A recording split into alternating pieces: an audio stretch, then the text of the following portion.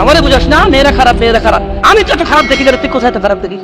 আমি তো দেখি তুই তুই বেটা টেনে পড়িস মাত্র, তোকে আমি ছোট করে দেখছি না বেটা। তুমি বের হো, ছবি পাঠাও, ছবি পাঠাও, হাত কেটে ফেলবো আমি। দেখো আমি বিষের বোতল নিয়ে আসি, ছবি পাঠাও। তুমি বেটা আমার মনটাকে বেটা ফুসলেছিস বেটা। আজিব, মেয়েরা খারাপ, মেয়েদের খারাপের কারণে তুমি এসে তুই কে রে? তুই কি মেয়েরা খারাপ? শোন, আমাদের গ্রামে প্রবাদ আছে, ধর্মীয় কথা না এটা।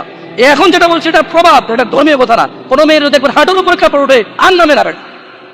তুই উঠাইছিস হাঁটুর উপরে কাপড়, ও উঠায়নি। হাঁটু পর্যন্ত তুই উঠাইছিস, আর কিছু নামাচ্ছে না। তুই মনে করিস তুই বেঁচে গেছিস না? তুই মনে করিস তোর সিনাইছে না? না না বেটা, ও তোর সাথে জেনা করেছে, এরপরে তোর বাদ আরেকজনের সাথে করবে, আরেকজনের সাথে করবে। আর তুই সুচনা, তুই ওকে শিখেছিস, এটা সবগুলো তোর উপরে আসবে। তুই নিজের ছোট পাপিষ্ট মনে করিস না? তুই মনে করিস কি হয়েছে, আমি তো একটা চুমাই গেছি। আমি তোকে বলছি ছবি তুলে পাঠাও, টয়লেটে যাও, ব্লাউজ খুলে ছবি তুলে পাঠাও, জামা তুলে চলতে বেটা ফাজিল। আল্লাহ তোকে হৃদায়ত দিকে। আমি ভয় পা, ভয় পা, আল্লাহকে ভয় পা ছোট ভাই আমার। সবাই দুলা হয়ে মরে না, বহু মানুষ যৌবন অবস্থা। ছোট ভাই আমার, তোর ঘরেও বোন আছে, ভয় পা, আল্লাহকে ভয় পা। তুই এত বড় অপরাধে লিপ্ত হইস না। তুই মেয়েদের হাঁটু পর্যন্ত কাপড় তুলিস না, খবরদার খবরদার, তুই এটা করিস না। আর মানুষ তো বেশি নাই, তারপর আলহামদুলিল্লাহ সবাই কবুল করুন। যেহেতু ঘরোয়া পরিবেশে, বলেন তো কোনো মেয়ে, আপনার বয়স তখন 16 বছর ছিল আর কি। আচ্ছা যান, কোনো একটা 14 থেকে 18 বছরের মেয়ে আপনাকে বলছে চলো আমরা একসাথে থাকি, বলেন 1 লাখ একটা পাবি না, 1 লাখ। আমি বলে দিচ্ছি, চ্যালেঞ্জ হলে আসিও, তুমি প্রমাণ করে দিয়ে যাও। মেয়ে কি বলার? মেয়েরা প্রেম হারাম ইসলামে, ইসলামী বিয়ের পূর্বে সম্পর্কই হারাম। কিন্তু এর মধ্যেও কোনো মেয়ে ছেলেকে বলে না কিস করা, আমাকে একটা তোমার লুঙ্গি খুলে ছবি পাঠাও, বলে না।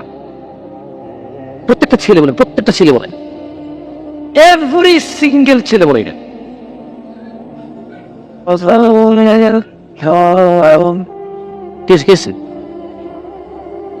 ও আচ্ছা আচ্ছা আচ্ছা আচ্ছা, ঠিক আছে, বন্ধ করো। জানো না, মানুষের কষ্ট দিন না, মানুষকে কষ্ট দিন না, জানা বন্ধ করে দেন।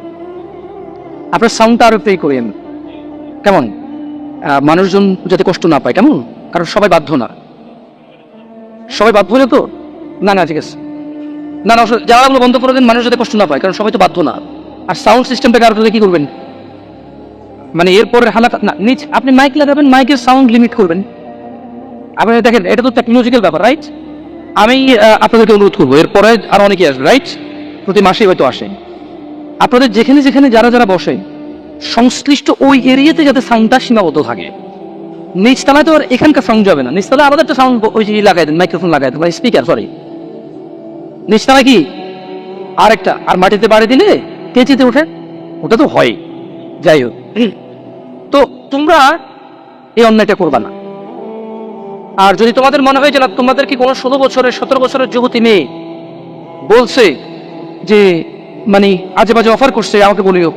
আমার ফেসবুকে তো জানাই আছে না, আমাকে বলে ভাই ভাই ভাই এক আজব ঘটনা ঘটে গেছে ভাই, 16 বছরের মেয়ে আমাকে বলতেছে আজে বাজে না।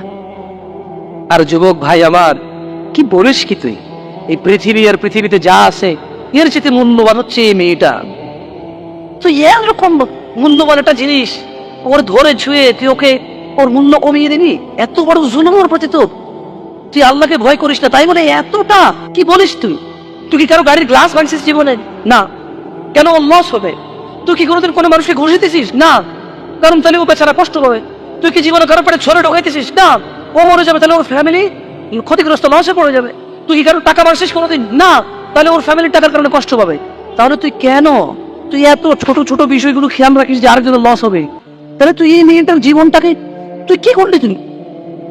তুই পুরো পৃথিবী আর পৃথিবীতে যা আছে সবকিছু বিক্রি করলে যে সম্পদ হবে, সবকিছু অর্জন করলে যে অর্জন হবে, এর চেয়ে মূল্যবান তুই ওকে সতীত্ব থেকে বের করে নিয়ে আসলি। তুই তোর সামান্য ডিজায়ার ফুলফিল করার জন্য, যেটা আল্লাহ তোর জন্য বৈধ করেছে, কমন বললেন তোর বাপের দোষ, আল্লাহর তো দোষ না, তোর বাপের দোষ, সমাজের তো দোষ না। তোর বাপ তোকে বিয়ে করে না ভাই আমার, তোর বাপ মনে করে তুই ছোট, 18 বছর বয়স, তোর বাপ মনে করে তোর বাপ 16 বছর বয়সে অস্ত্রোপচার করছে, তোর 22 বছর, তুই এখন ছোট বনু খাস, তুই তো খাস। তোমরা কি মনে করেছো, তোমরা কি মনে করেছিলে যে ওয়ান্নাকুম ইলাইনা লা তুরজাউন, মানে তোমাদেরকে আল্লাহ অনর্থক সৃষ্টি করেছেন এবং তোমরা আল্লাহর কাছে ফিরে যাবে না, তোমাদেরকে আল্লাহ ফিরাই নেবে না, ওনার কাছে ফিরতে হবে না, তোমরা ভাবছো? মানে 20 বছর বয়স, তোমার ঘুম আসলে ঘুম আসে, 2 দিন জেগে থাকতে চাইলে জেগে থাকতে পারো, হ্যাঁ, বল করতে পারো, ক্রিকেট খেলার সময় বল করতে পারো 60 কিলোমিটার বেগে, ফুটবলে কিক দিলে যে গোলকিপারের ধরার হাত লাল হয়ে যায়, গরম হয়ে যায় তোমার কিকের পাওয়ারে, হ্যাঁ, তুমি এক দৌড় দিয়ে বোল্টের গতিতে যা হুন্ডার কাছে রেস দিতে পারো, সাইকেলের আগে দৌড়াইতে পারো, হ্যাঁ, আস্তে করে লুকিয়ে থাকে জাম্প দিয়ে যায়, বিড়াল ধরতে পারো, পাখি ধরতে পারো, হ্যাঁ, রাতে 2টা বাজে কাউরে ভয় পাও না, প্রেমিকের ঘরের সামনে যায় শার্ট খুলা তুই বাইরে বেরোলে পেট দিয়ে হাত কেটে এলাম, এগুলো বলতে পারো, চ্যালেঞ্জ নিতে পারো, তুমি একটা কিছু না, হ্যাঁ, তুমি একটা কিছু। মহিলা মেয়ে বয়স 15, 16, 18, 20, 22 বছর পর্যন্ত তো কিছু করে না, এই 14 থেকে 18 ভিতরে বাপকে বলতেছে যে তুমি লাগবে না, আমার বউ আছে, ওদের চলবে। কত মানুষ গরিব আছে না, কি হয়েছে, না মনের উদাহরণ বলতে পারি, মন যা চায় তা বলতে পারে। ইউসুফ আলাইহিস সালামের এই ঘটনাটা আমাদের জন্য খুবই প্রয়োজনীয়। কেন?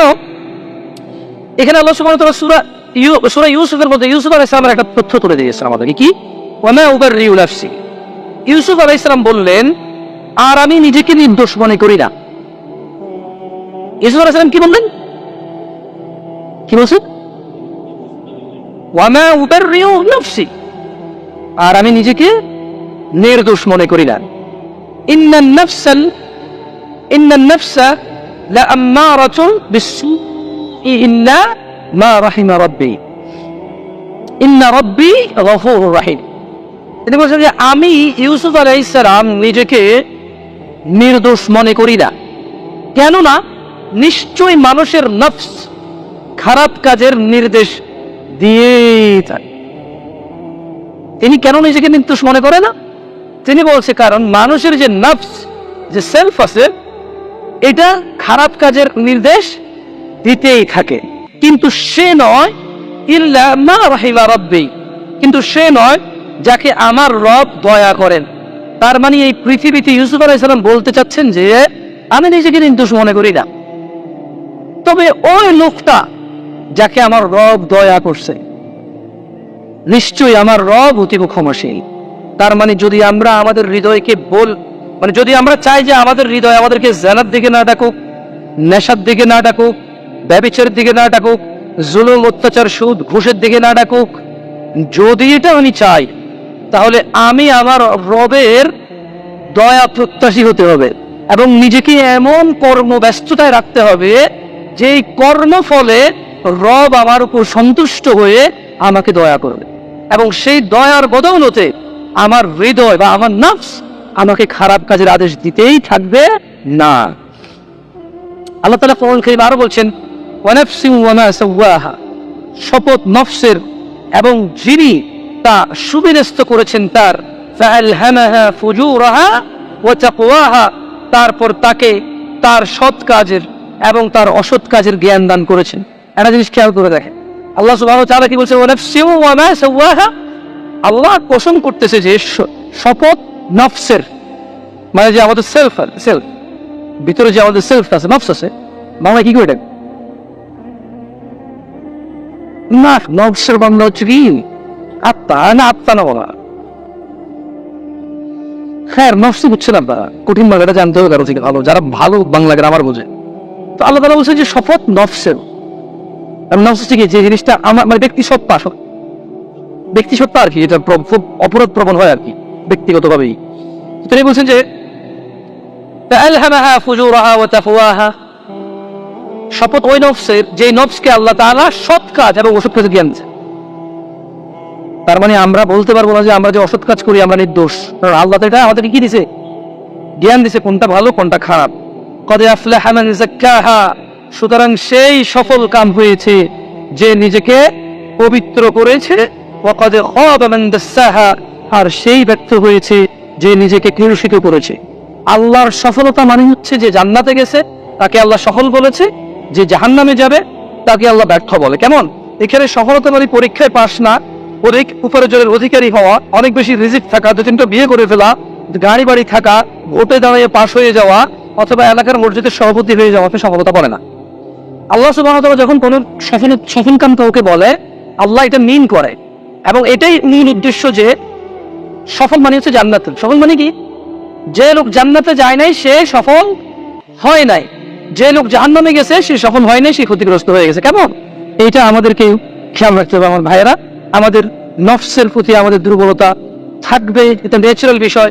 তবে যে হৃদয়কে আল্লাহ ভালো এবং মনের জ্ঞান দিয়েছে, এটা দিয়ে যদি আমরা আল্লাহর রহমতের কামনা করি, তাহলে আমাদের এই কুপ্রবৃত্তি থেকে আমাদের রেহাই পাওয়ার কি আছে, সুযোগ আছে। ওই হারুন কিসিঞ্জার একজন ভদ্রলোক ছিল ছোটবেলায়, খুব কৌতুক এগুলা ক্যাসেট ম্যাসেট প্লে করতো মানুষ।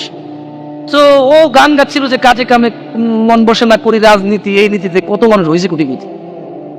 তো কামে কাজে যাদের মন বসে না কোটি, তারাও রাজনীতি করে, এটা তার গান। এটা সত্য আমি জানি না, সে গাইছে। আমার মা বাপ যদি চিন্তা করতো বাচ্চা একটা হয়েছে আরেকটা হলে ভাগ হয়ে যাবে জমি, তো আমারই দুনিয়াতে আসার কোনো কায়দাই ছিল না, ঠিক না? আসলে কেউ কারো হক কমাইতে পারে না, বাড়াইতে পারে না। যার জন্য আল্লাহ যা বরাদ্দ করেছে তার উপরে কি করতে হবে, এই থাকতে হবে। উদাসীনতায় থাকা যাবে না যুবকদের উদাসীনতার মধ্যে ছেলেদের প্রবণতা। আচ্ছা, মহিলাদের কথা বললাম, পরে আবার দেখছি কিছু ইউটিউব চ্যানেলে যাওয়ার পরে মহিলারা পুরো খেপে যায়, বলে জন্য একটা কথা বলছে।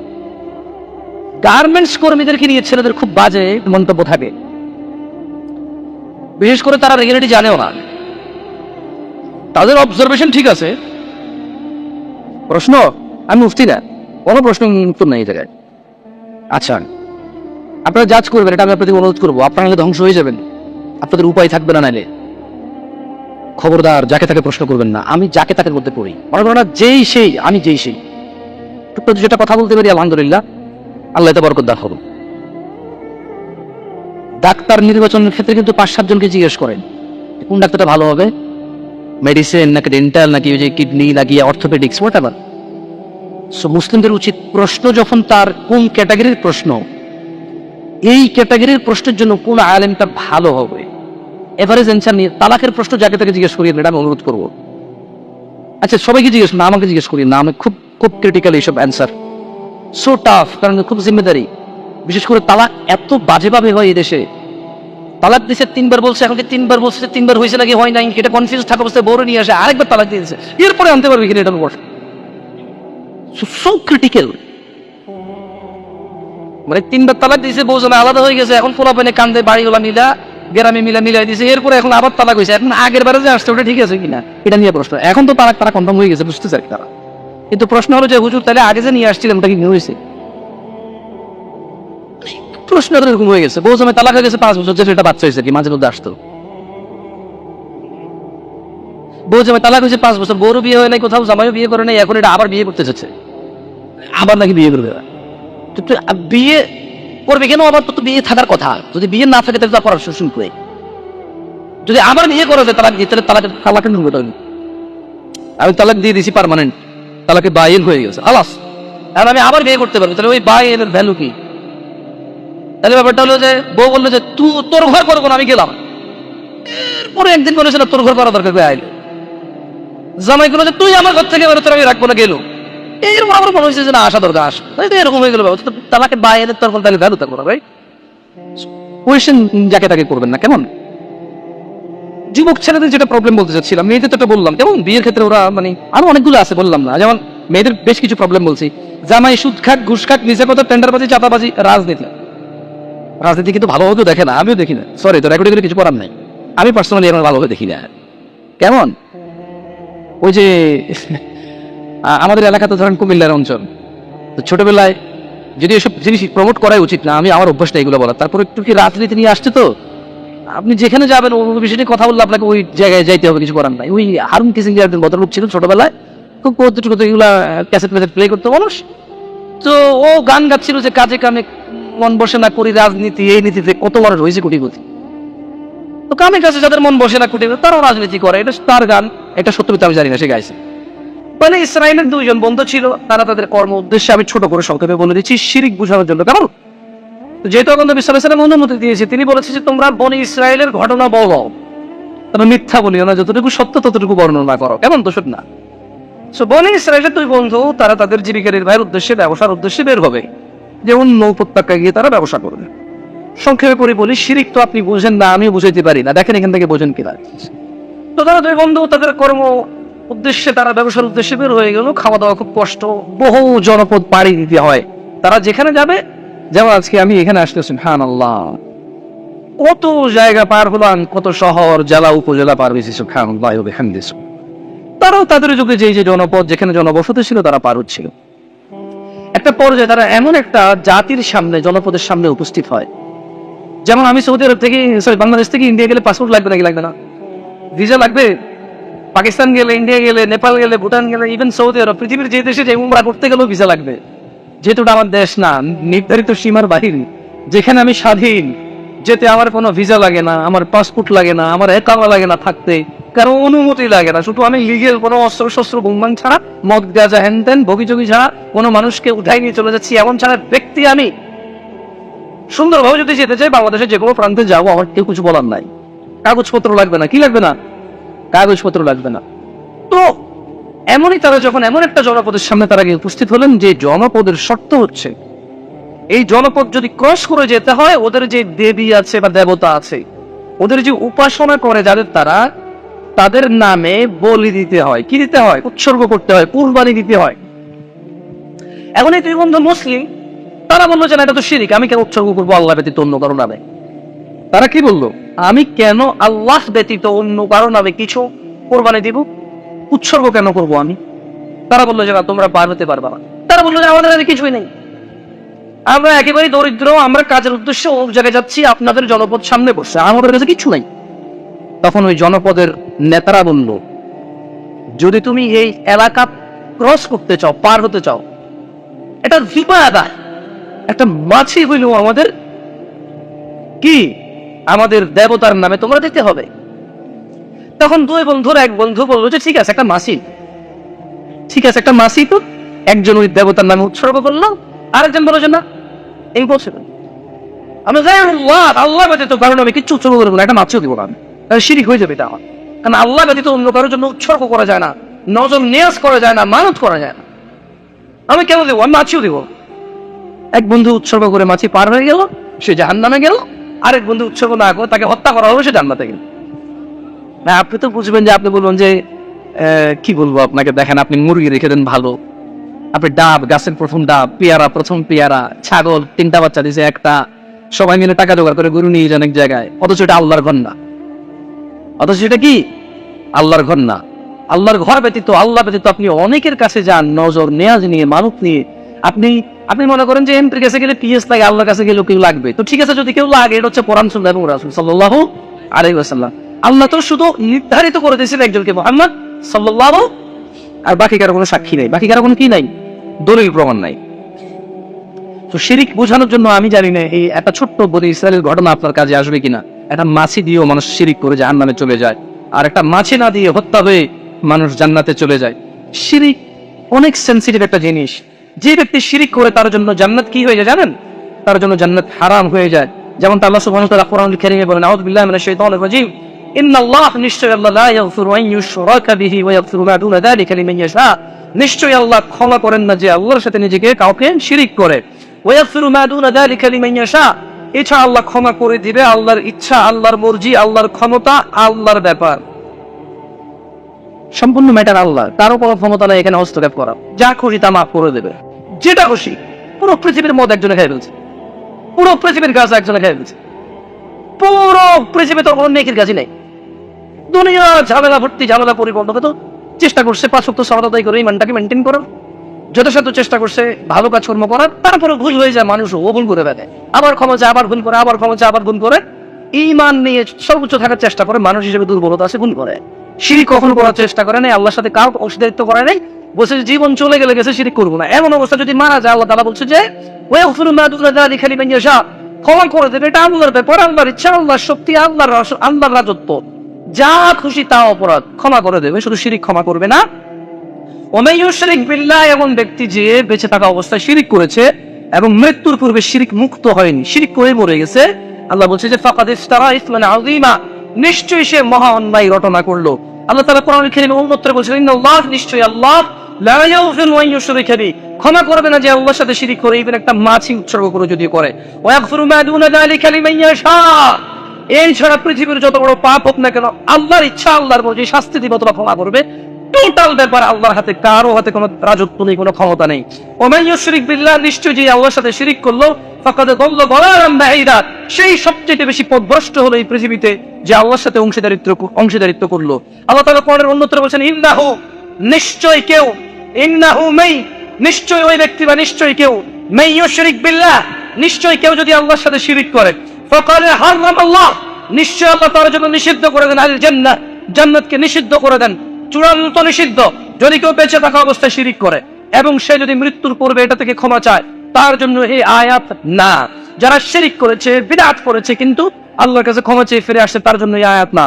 কিন্তু যে শিরিক করতেছে, বিদআত করতেছে, শিরিক সেটাকে ইবাদত বেছে নিয়েছে, শিরিককে সেই ইবাদত হিসেবে নিয়েছে এবং সে শিরিক থেকে মুক্ত হয়নি, মারা গিয়েছে। এর জন্য আল্লাহ বলতেছে যে ফাকাদ হারামাল্লাহু আলাইহিল জান্নাহ, তার জন্য আল্লাহ তাআলা জান্নাতকে নিষিদ্ধ করেছেন, ওয়া মাওয়াহুন নার, এবং তার থাকার জায়গা জাহান্নামকে করেছেন, ওয়া মা লিয-যালিমিনা মিন আনসার, এবং জালেমদের জন্য আখিরাতে কোনো সাহায্যকারী নেই।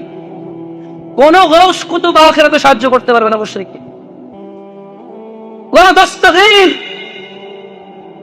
কোন মুশকিল কোশা, মুশকিল উদ্ধারকারী নেই তাকে জাহান্নামে উদ্ধার করার জন্য, যে আল্লাহর সাথে শিরিক করবে, যে আল্লাহর সাথে অংশীদারিত্ব করবে, এমন কিছু যা আল্লাহর হক। বাচ্চা চাইবে কার কাছে? রিজিক চাইবে কার কাছে? সুস্থতা চাইবে কার কাছে?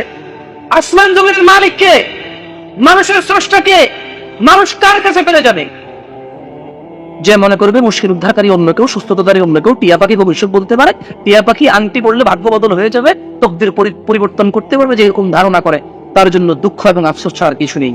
তিনি সুবহানাহু ওয়া তাআলা সূরা আরেকটা অন্যত্রে বলেন, ইন্নাল্লাযীনা কাফারু মিন আহলিল কিতাব, নিশ্চয় কিতাবের আবাসস্থান হবে জাহান্নাম, উলাইকা হুম শাররুল বারিয়া, পৃথিবীতে পায়খানার বেজদার চেয়ে নিকৃষ্ট প্রাণী হচ্ছে তারা, যারা আল্লাহর সাথে শিরিক করে। শুকর, কুকুর, পৃথিবীতে এত নিকৃষ্ট আল্লাহর কাউকে বলে নাই মুশরিককে যত নিকৃষ্ট করেছে। সবই আল্লাহর সৃষ্টি, আল্লাহ সুন্দর করে সৃষ্টি করেছে। এক একটা সৃষ্টির এক একটা কাজ, এক একটা সৃষ্টির এক একটা কাজ, কোনো কিছুই অবমূল্যায়ন করার মতো না। কোনো কিছু তিনি খাওয়া বৈধ করেছে, কোনো কিছু পালা বৈধ করেছে, কোনো কিছু খাওয়া হারাম করেছে। মানুষকে মানুষ খাওয়া হারাম, এই জন্য কি মানুষ নিকৃষ্ট? তো কুকুর খাওয়া হারাম, শুকর খাওয়া হারাম, এই জন্য কি এটা নিকৃষ্ট? না, এটা আল্লাহর সৃষ্টি। খাওয়া হারাম, পালা হারাম, বুঝেন নাই কথা? খাওয়া হারাম, মানুষের জন্য এটা খাওয়া বৈধ, তাহলে মানুষের ক্ষতি হবে। আল্লাহর ইচ্ছা, আল্লাহ নিয়ম নীতি নির্ধারণ করেছেন মানুষের কল্যাণের জন্য। কিন্তু ওরকম কোনো কাজ আছে, সবকিছু আল্লাহ সৃষ্টি করেছে, কোনো কিছু তুচ্ছ করা যাবে না। আল্লাহ শুধু এই পৃথিবীতে একটা সৃষ্টিকে তুচ্ছ করেছে, সেটা হচ্ছে মানুষ। তাও কখন? শর্ত সাপেক্ষ। যখন মানুষ কি করে? শিরিক করে, কুফরি করে। আল্লাহ বলছে যে উলাইকা, নিশ্চয়ই তারা যারা শিরিক করে, শাররুল বারিয়া, পুরো আল্লাহর যত সৃষ্টি আছে, এই সৃষ্টির মধ্যে সবচেয়ে অধম হচ্ছে যারা শিরিক করে।